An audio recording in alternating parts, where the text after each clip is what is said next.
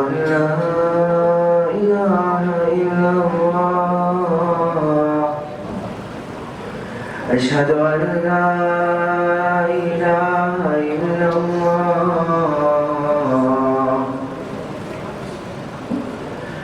أشهد أن محمدا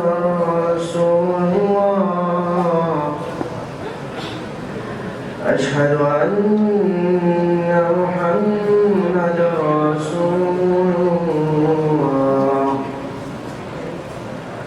حي على الصلاة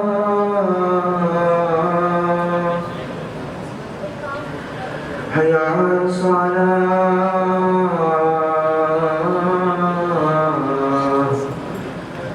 حي على الفلاح حي على الفلاح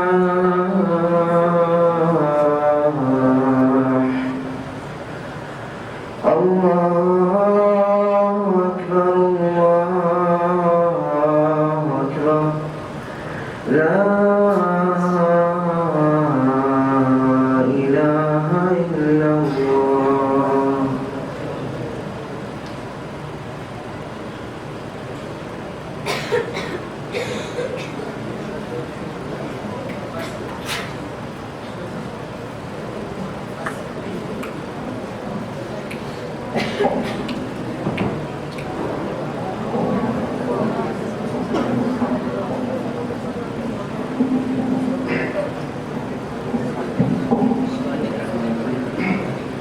الحمد لله عظيم الذات عظيم الصفات سميع السماء كبير الشان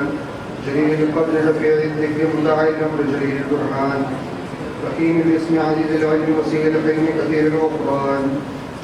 جميل الثناء جزيل العطاء مجيب الدعاء عظيم الاحسان سريع الحساب شديد العقاب عليم العذاب عزيز السلطان ونشهد أن لا إله إلا الله وحده لا شريك له في الخلق والأمر ونشهد أن سيدنا ومولانا محمدا عبده ورسوله المبعوث إلى الأسود والأحمر المنعوت بشرح الصدر ورفع الذكر وصلى الله عليه وعلى آله وأصحابه الذين هم خلاصة العرب العرباء وخير الخلائق بعد الأنبياء أما بعد فيا أيها الناس وحدوا الله فإن التوحيد رأس الطاعات واتقوا الله فإن التقوى ملاك الحسنات وعليكم بالسنة فإن السنة تهدي إلى الإطاعة ومن أطاع الله ورسوله فقد رشد واهتدى وإياكم والبدعة فإن البدعة تهدي إلى المعصية ومن يعص الله ورسوله فقد ضل وغوى وعليكم بالصدق فإن الصدق ينجي والكذب يهلك وعليكم بالإحسان فإن الله يحب المحسنين ولا تقنطوا من رحمة الله فإنه أرحم الراحمين ولا تحبوا الدنيا فتكونوا من الخاسرين ألا وإن نفسا لن تموت حتى تستكمل رزقها فاتقوا الله وأجملوا في الطلب وتوكلوا عليه فإن الله يحب المتوكلين وادعوه فإن ربكم مجيب الداعين واستغفروه يمددكم بأموال وبنين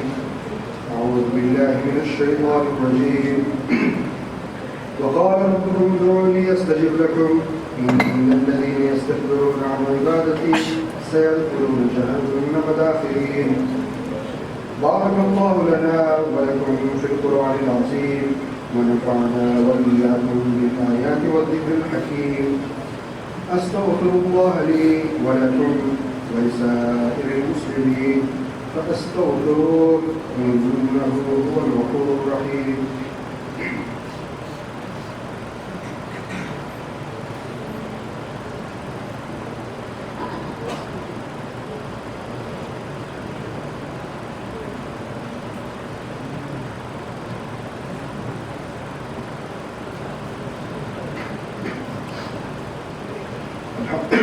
الحمد لله نحمده ونستعينه ونستغفره ونؤمن به ونتوكل عليه ونعوذ بالله من شرور أنفسنا ومن سيئات أعمالنا من يهده الله فلا مضل له ومن يضلل فلا هادي له ونشهد أن لا إله إلا الله وحده لا شريك له ونشهد أن سيدنا ومولانا محمدا عبده ورسوله أرسله بالحق بشيرا ونذيرا بين يدي الساعة من يطع الله ورسوله فقد رشد ومن يعصهما فإنه لا يضر إلا نفسه ولا يضر الله شيئا. أعوذ بالله من الشيطان الرجيم. إن الله وملائكته يصلون على النبي يا أيها الذين آمنوا صلوا عليه وسلموا تسليما. اللهم صل على سيدنا ومولانا محمد عبدك ورسولك وصل على المؤمنين والمؤمنات والمسلمين والمسلمات وبارك على سيدنا ومولانا محمد وأزواجه وذرياته. قال النبي صلى الله عليه وسلم أرحم أمتي بأمتي أبو بكر رضي الله عنه وأشدهم في أمر الله عمر رضي الله وأصدقهم حياء عثمان رضي الله عنه وأقضاهم علي رضي الله تعالى عنه وفاطمة سيدة نساء أهل الجنة رضي الله تعالى عنها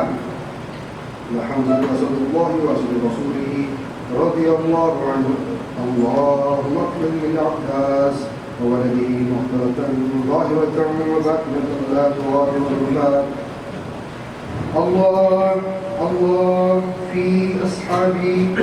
لا تتخذوهم من بعدي غرضا فمن أحبهم فبحبي أحبهم ومن أبغضهم فببغضي